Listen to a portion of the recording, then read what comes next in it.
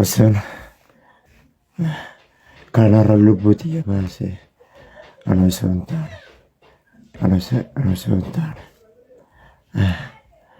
nama lubbuuti baase ni hin jira garuu haadha mana to'atii carraa du'aatiitti addaan na baase malee mana namaatii miti. Nagaa keessa irraa tura xumurri guyyaa guyyaa irraa nagaa keessa irraa tura. Assalamu alaikum warahmatullahi wabarakatuh. Kono arras video kana gabadeen isin dhufe wanni video kana kan waraabu nagode ustaada keenya qaali figaari ustaad ibsaa daa'i keenya beekama kan dhalata arsiidha jechu sababni isaa wal argachuu dandeenyelleen sababa ani nati dawwalame kallatti biraati Muhammad Bayaan akkanatti fi najjeessa jee social media irratti gadhiiseeti dhugamoo dhugaa miti nuuf adda baasaa jedhanii sababa na cinqaniifin mana isaadhaa dhaqee akkasitti mana cufatee jira namni hedduu hulaa dura jira itti dadhawanii yaalaa dubbachuu dide akkasitti poolisiin si dhufu jirti sababa jedhameen hulaa banee akkasitti itti ol seennee silkii harkaa fuunee amma hatas gabbaawu yennee mana ollaadhaa jechuudha. Ittira keenya akkasitti ustaad ibsaan illee achirratti maal nuun jee haa galatoomu sababni inni viidiyoo kana waraabeef social media irraa hanga muraasaaf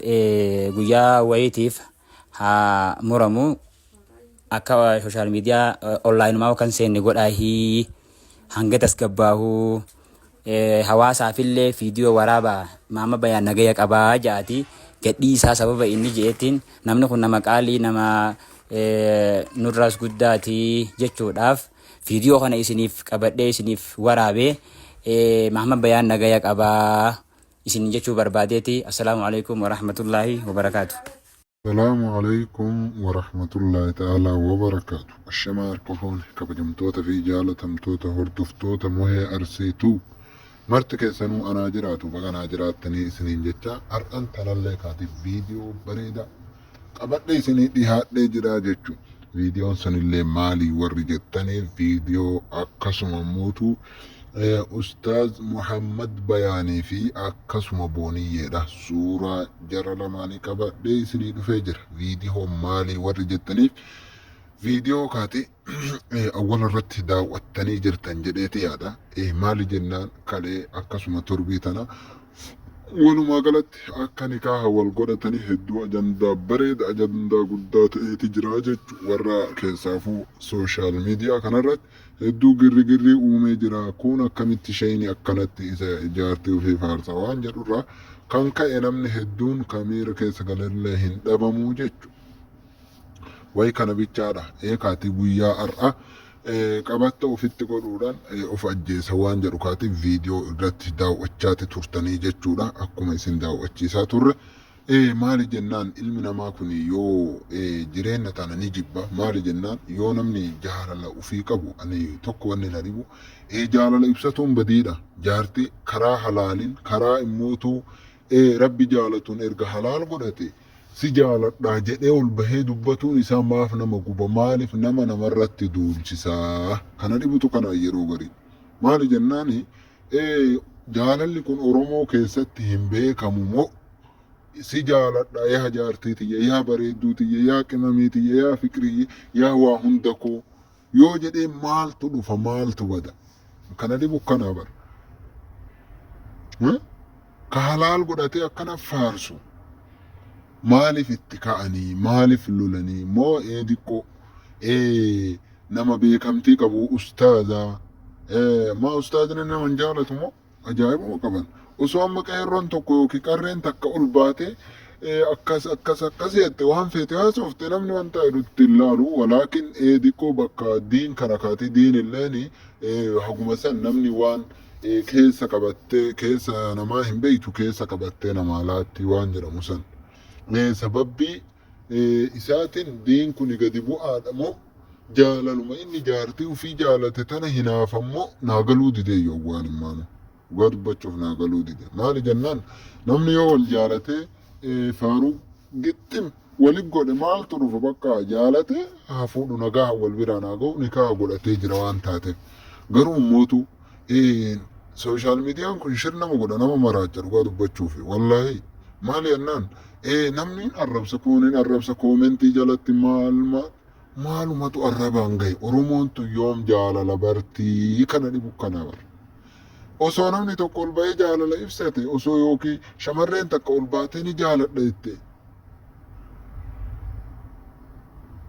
kan kaa'uu fi yoo faarsite maaltu maal ta'e maaltu rakkoon maali haa faarsitu okkee tayyib kasaniin alatti kan kaa'allee hin qabne kan nama biratti illee kaan fi kan dhukanittanii wal bira dhufan kan rabbi biratti illee kaan fi kanarraa maan dubbanne hayyee kalaayif irratti akka fedhan haasa'an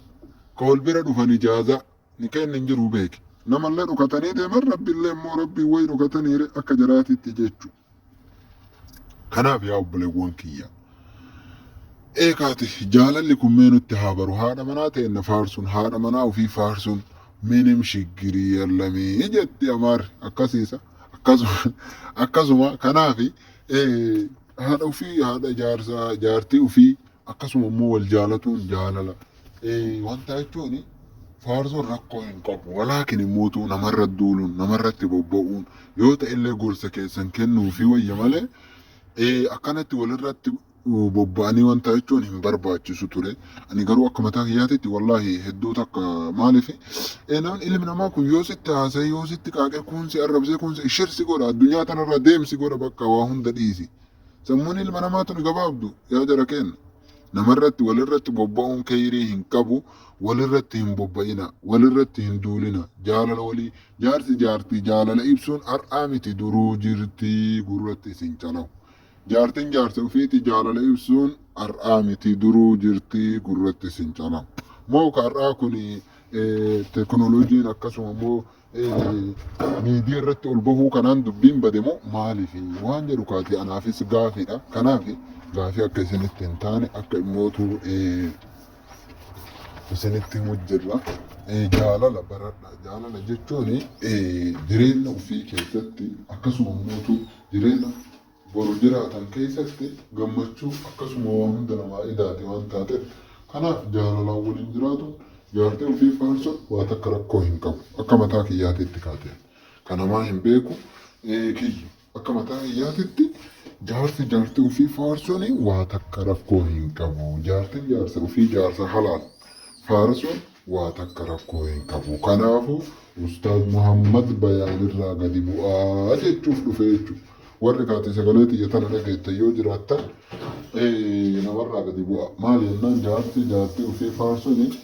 rakkoo takkaallee hin qabu. Kanaaf jaartii irraa gadi bu'a, ustaaza irraa gadi bu'a, jireenya ofii haa jiraatanii. Maaliif gammachuu ajaa'ibaa qabanii jechuu ustaaz Muhammad akkasuma boolii jeellan isaan argatu gammachuu ajaa'ibaa qabdi. Inni illee isii argatu gammachuu ajaa'ibaa qabanii jechuu. Kanaaf jaalala namaan busheessina jaalala namaa jidduu deemtanii keessaafuu